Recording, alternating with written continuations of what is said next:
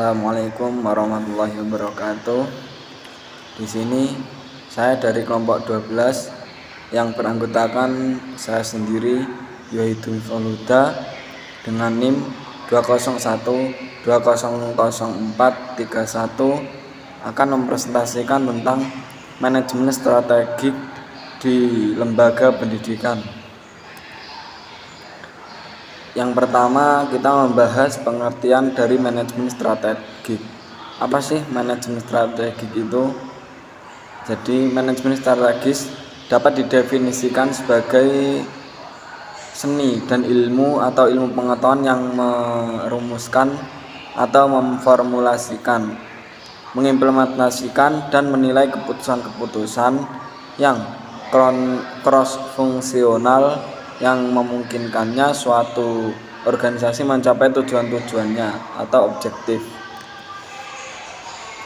Manajemen strategis itu dibagi atas dua kegiatan yang saling berkaitan, yaitu perencanaan strategis dan pelaksanaan strategis. Di dalam perencanaan strategis berhubungan dengan visi dan misi organisasi, proyeksi, pedoman dan taktik-taktik yang menunjang dalam pencapaian tujuan organisasi tersebut. Perencanaan strategis lebih berhubungan dengan analisis terhadap internal organisasi, yaitu analisis terhadap bentuk organisasi, apa tujuan organisasi tersebut, kekuatan dan kelemahan dari organisasi itu, peluang dan tantangan apa yang dihadapi, serta analisis terhadap pasar atau masyarakat dari organisasi tersebut. Memasuki pembahasan yang kedua, yaitu tahapan manajemen strategik.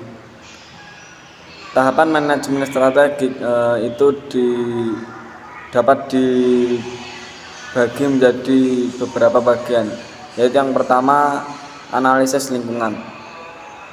Analisis lingkungan itu merupakan sebuah langkah awal dalam sebuah manajemen strategis guna mempelajari karakteristik lingkungan itu sendiri.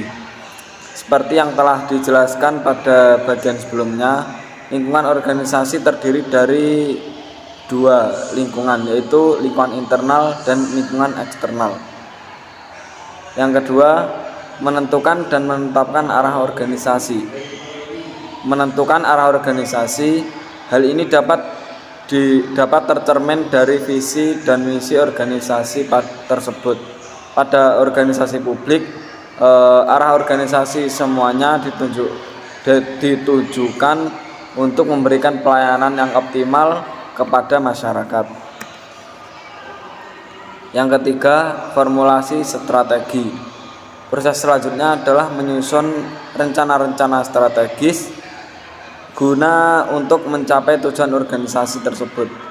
Rencana-rencana tersebut ada yang bersifat jangka pendek dan ada yang bersifat jangka menengah dan juga ada yang bersifat jangka panjang.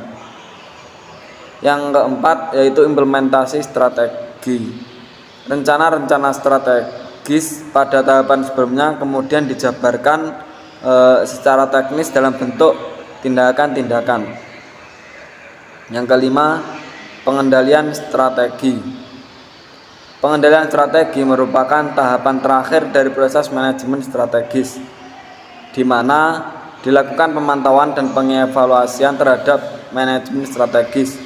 Dari proses ini dapat dilihat apakah terdapat kesalahan atau kekurangan dalam manajemen strategis sehingga dapat diperbaiki pada proses selanjutnya.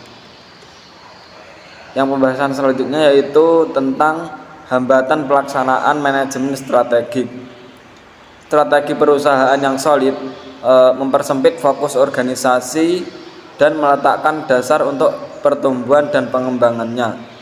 Memahami pentingnya strategi perusahaan adalah tindakan yang sulit. Melakukannya dengan benar juga menjadi sebuah tantangan tersendiri. Harvard Business School memang pernah menyebutkan bahwa mengeksekusi strategi dengan cara yang tidak tepat menyebabkan berbagai permasalahan yaitu yang pertama, kurangnya motivasi karyawan untuk mencapai tujuan. Yang kedua, alokasi sumber daya manusia dan anggaran yang tidak tepat. Yang ketiga, kesenjangan pada struktur dan kepemimpinan. Serta yang keempat atau yang terakhir, jalur komunikasinya sangat lemah. Memasuki pembahasan yang selanjutnya, yaitu cara melakukan analisis SWOT dalam sekolah atau madrasah. Strategi WO bertujuan untuk memperbaiki kelemahan internal dengan cara mengambil keuntungan dari peluang eksternal. Strategi ST menggunakan kekuatan untuk menghindari atau mengurangi dampak ancaman eksternal. Strategi WT merupakan taktik defensif yang diarahkan untuk mengurangi kelemahan internal serta menghindari ancaman eksternal. Selanjutnya, langkah-langkah analisis. Yang pertama yaitu analisis sistem perlu menganalisis masalah yang terjadi untuk dapat menemukan jawaban apa penyebab sebenarnya dari masalah yang timbul tersebut. Yang kedua, menganalisis kelemahan sistem. Yang ketiga, sasaran yang diinginkan oleh sistem. Mungkin sekian yang dapat saya sampaikan. Ada kurang lebihnya saya mohon maaf yang sebesar-besarnya.